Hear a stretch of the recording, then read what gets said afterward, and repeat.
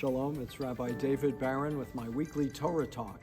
We begin the cycle of reading the Torah from the earliest chapters of Genesis through the end at this time of year. And I love sending messages of inspiration to all of you to lift you in the coming weekend and week ahead. And hopefully you can share this with all of your neighbors and friends and send it out. You know, we'd love to have you here live at our synagogue events. In fact, we've got 2 Shabbat dinners this month, November 11th at Via Loro Restaurant, and then we have a Shabbat dinner followed by a service, which will be here at our temple home, the Saban Theater. Go to our website, templeofthearts.org, and join us for that outdoor Shabbat dinner at Via Loro on the 11th, or the Shabbat dinner in our facility, in our home, and conducted service with the Mensch Foundation on November 25th. That's a thankfulness Shabbat during the weekend of Thanksgiving.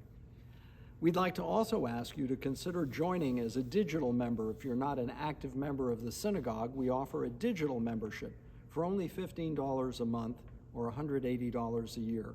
And if you're already a member, you can send that digital membership to one of your relatives or friends. It will help support the work we're doing here and enable us to continue reaching out to so many people and offering the strength and support of a spiritual life and a connection to the Torah and Judaism. Last week's Torah portion was the story of creation, Genesis, and ultimately it reminds us that we're God's partners in the process of creation. We can't ignore the gift that we've been given of this magnificent universe and how it's our responsibility to care for it.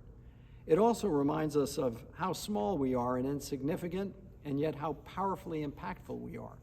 When you look at the amazing, really amazing images that have come to us from the Webb telescope that's out there in outer space, showing us magnificent images of planets and stars way beyond our solar system, you're really awed and humbled that the Earth is just a little tiny speck in that vast universe. It also reminds us of the concept of an endless universe. The Hebrew term for God in the Kabbalah is Ein Sof, without an end, without a limit.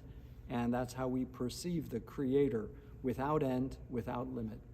But also, there is an image that's become very popular, and you can Google it. It's called the Fingers of Creation, an amazing cloud in which planets are being born over the course of hundreds of thousands of years. It's 75 light years away from our planet Earth, but it's an amazing image that has been captured by that Webb telescope. And you can Google it and see that image of the fingers of creation. But for me, creation tells us a powerful story, and that is that we are partners with God in the creative process. And today I want to talk about creating compassion.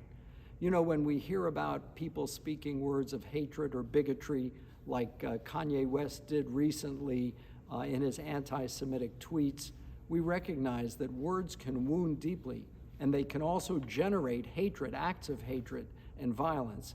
And so we have to create compassion in our speech and in the way we approach one another, especially people who aren't from our own heritage or our own ethnicity, the way we reach out. That's what we try to do in our synagogue, reaching out to people of other faith traditions and also of other ethnicities. Well, in the story of this week's Torah portion, it's the famous one so many of us learned in Sunday school, Noah and the flood.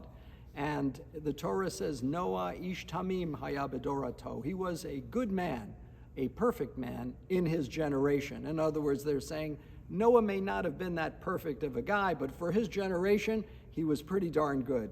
And the rabbis and the commentaries ask, well, what was he commanded to do that made him so good? And they answer, well, he was commanded twice. Once to bring the animals into the ark, and the second time to just open the doors and let the animals enter. So why the contradictory instructions about that?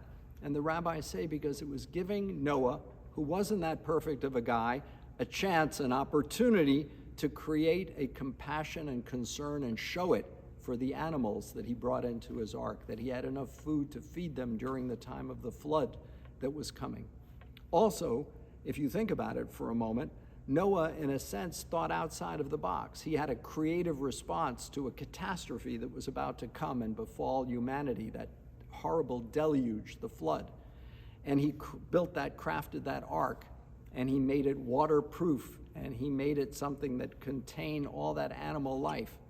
And I think for many of us who have pets that we love, we recognize that treating an animal with compassion will make you more likely to treat a human being with compassion.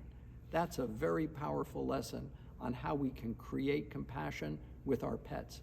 Now, keep in mind that we're told that as important and precious as our pets are to us, they're not the same as human life.